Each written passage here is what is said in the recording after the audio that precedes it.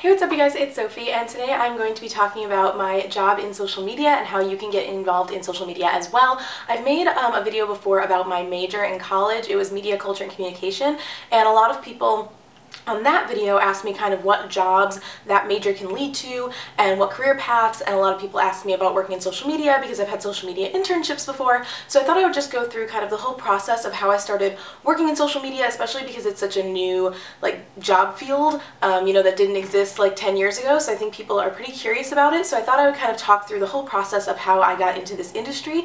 And yeah, let's just get started. So first of all, in terms of internships you should be looking for if you want to eventually go down a career path in social media, whenever I would research internships, I wouldn't only put in social media internships. I would also look for digital marketing, digital media, digital communications it could be called. A lot of places, since it is a new industry, don't use the same language when talking about social media. Some companies that are not as social media savvy might even call it PR or just marketing or something like that. So it's kind of important when you're looking for internships to get started in this industry that you kind of use a broad range of search terms, because a lot of companies don't really use the same terminology and the same language when talking about what may be the same type of job. So a lot of positions may be referring actually to social media, but they may be listed as kind of a PR internship because companies just don't really use the same language since it's such a new industry. A lot of older companies might not know the correct terminology for it.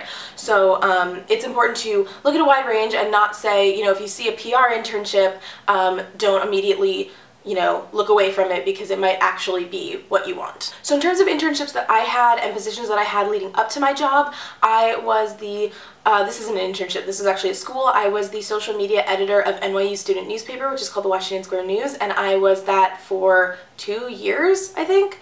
I was a social editor for a while, and that really helped me to learn about social media for news, to build a community at school also, which is great, and to get kind of real hands-on news experience, but in a kind of comfortable school environment where you don't feel as much pressure as you might feel in an internship. So I highly recommend, if your school newspaper doesn't have a social media editor, you should totally start that up, and you can be the first one. You can, introduce a Facebook, a Twitter, an Instagram, whatever, to the newspaper at your school, and I think it's a really great way to get started because it's kind of a little bit more comfortable. It can be a little bit more experimental. There's not as much pressure as there might be if you work, at an actual internship, and you have a lot of creative freedom and stuff like that. And you also get to work with your peers that go to the same school as you. So I highly, highly, highly recommend doing that at college. And then I had a PR internship when I was a freshman that wasn't social media. It was more like straight up PR, like sort of digital marketing-esque. And then my first real social media internship, I guess my only one, was when I worked at CNN. I worked at CNN for 2 semesters as their social publishing intern, and if you're interested in CNN, I might do a separate video on that, but they have 3 different social media departments all under a larger social media department. They have social discovery, social TV, and social publishing, and social publishing is in charge of kind of the main flagship account, and that was the one that I was working under, versus if you're interested, social TV is working with all of the different TV show accounts, so like Anderson Cooper or Fareed Zakaria or something like that all have their own handles on social media. So social TV kind of deals with that, versus social publishing deals with flagship. So I was the social media intern at CNN for almost a year, and I think that was the most incredible learning experience. If you are interested in working in news and working in a newsroom and working for a newspaper, magazine, broadcast station, anything like that, I think interning is the most valuable experience you could possibly have. I learned so much while I was there. They let me be really hands-on. I was writing a lot of articles. I was posting a lot on different social media platforms. I was learning about new platforms, video editing, cutting for social, all of that stuff, writing copy, and when you're actually there in the newsroom and seeing different breaking news scenarios, it's really, really, really great learning experience that you could never get in a classroom. So I just highly recommend looking for social media internships, especially in newsrooms, because I feel like you learn so much when you're in a newsroom. The next thing I would say if you're interested in job in social media is to learn the different tools that people who work in social media use. And I learned all of these tools really while I was working at CNN, so it's possible that you might learn these tools at an internship internship, but maybe if you can't get an internship, if you're at a school that's not in a city or something like that, you might want to just familiarize yourself with some of these tools.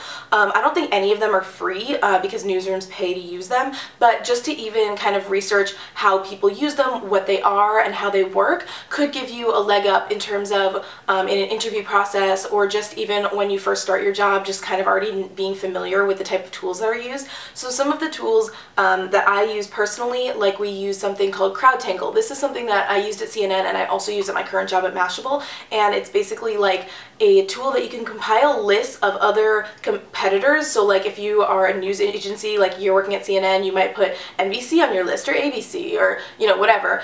Compile lists of competitors, and you can see what articles are overperforming for your competitors, underperforming for your competitors. It's also helpful in terms of finding stories. You can put like Reddit lists in there and you can find stories that way. And it's just kind of helpful in looking at analytics and also for finding content. And that's kind of what most people use it for, I would say.